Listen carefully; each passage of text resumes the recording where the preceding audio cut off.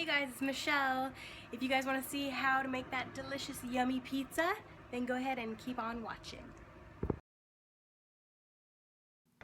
Alright, we're going to take a cup and a half of mozzarella cheese shredded and 2 tablespoons of cream cheese and put that in the microwave.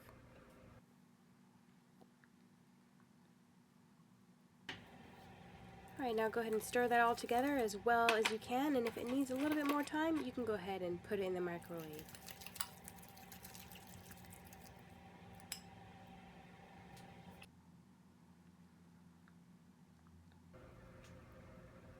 Okay, once everything is really melted and well incorporated, that looks perfect.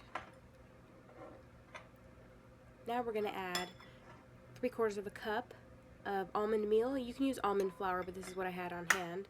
And we're going to go ahead and crack 1 egg into that and mix everything as well as possible.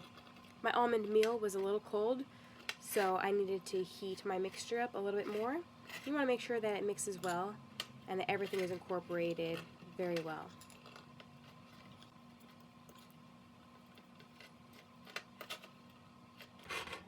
It might take a little bit of time.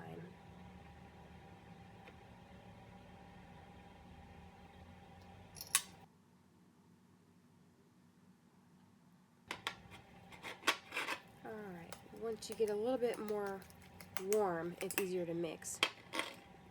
You're just going to want to mix as well as possible. A bigger bowl probably would have been easier, but I like to use glass in the microwave. So that looks just about perfect. I'm going to spray. I use a silicone mat, but you can use whatever you have, parchment paper. And we're just going to use water on our hands and flatten the dough out. You could put this however thick you want or however thin you want. I like mine to be 6 even squares, so I like to stretch mine out pretty far, but I like the thickness and the consistency of it when I do it in a rectangular shape like this. You don't have to get all crazy and perfect, but since I track my macros on my FitnessPal, I like to have things as even as possible.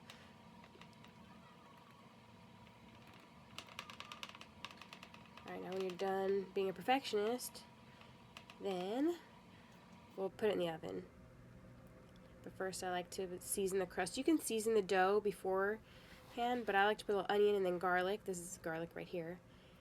And pop it in the oven.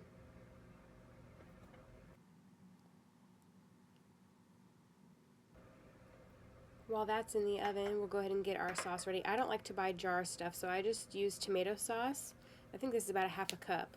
And then some oregano, just shake a whole bunch of that in there. You can pretty much make it however you like.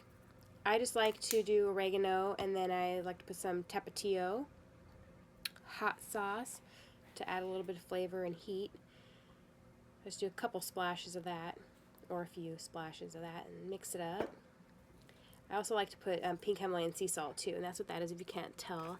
Pink Himalayan sea salt, and then just grind a little bit of that in there. And then we'll go in with some black pepper. Or you can use whatever kind of pepper you want. If you want white or peppercorn medley.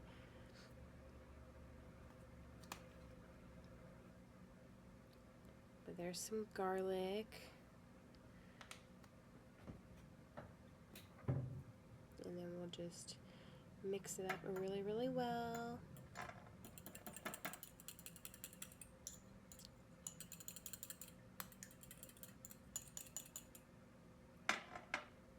Right, that tastes good.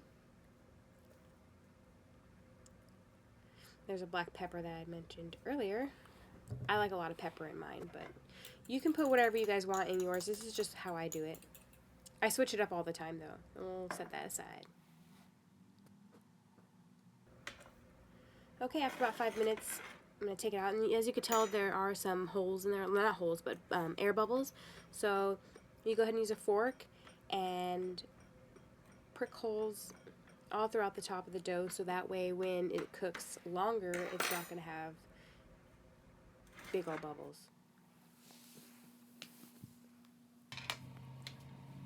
Alright, so this looks about right.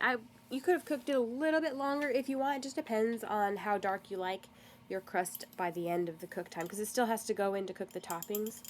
But right here I'm just pouring on my pizza sauce that I made, and I like to spread it as evenly as possible.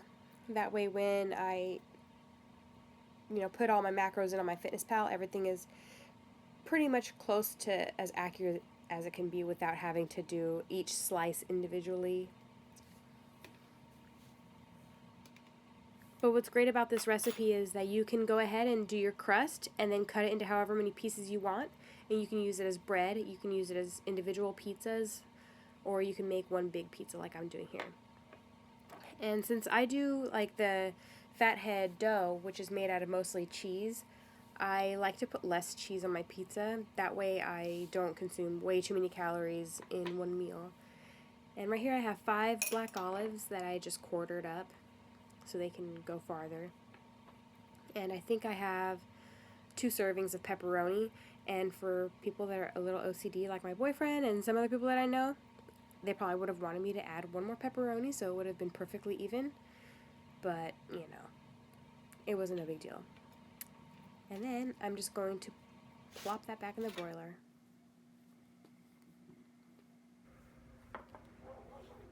And there she is.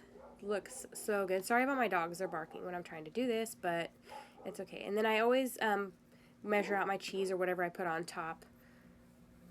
And then I got my basil and my oregano. There's the oregano. I like to put that on for more Italian flavor. It's really super good. I always put it on my pizza every single time. And then I'm just going to rip up my basil leaves and throw those all over the top. Decorate it all pretty and nice, or just try to get it everywhere so that every piece of pizza has some basil on it. Give it a chop, chop, chop. I tried to get them as even as possible. I'm a little off, but it's okay. And that's it, you guys.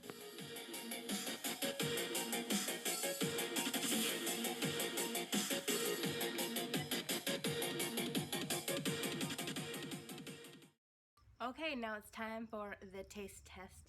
I already know what it tastes like because I love making pizza. I'm all drooling already. Anyways, this is how it holds up. Holds up pretty well. It's not like flopping over anything. There's the bottom. And let's take a bite. I don't want to eat in front of you too much because I'm gonna get down. But let's see. So good, you guys.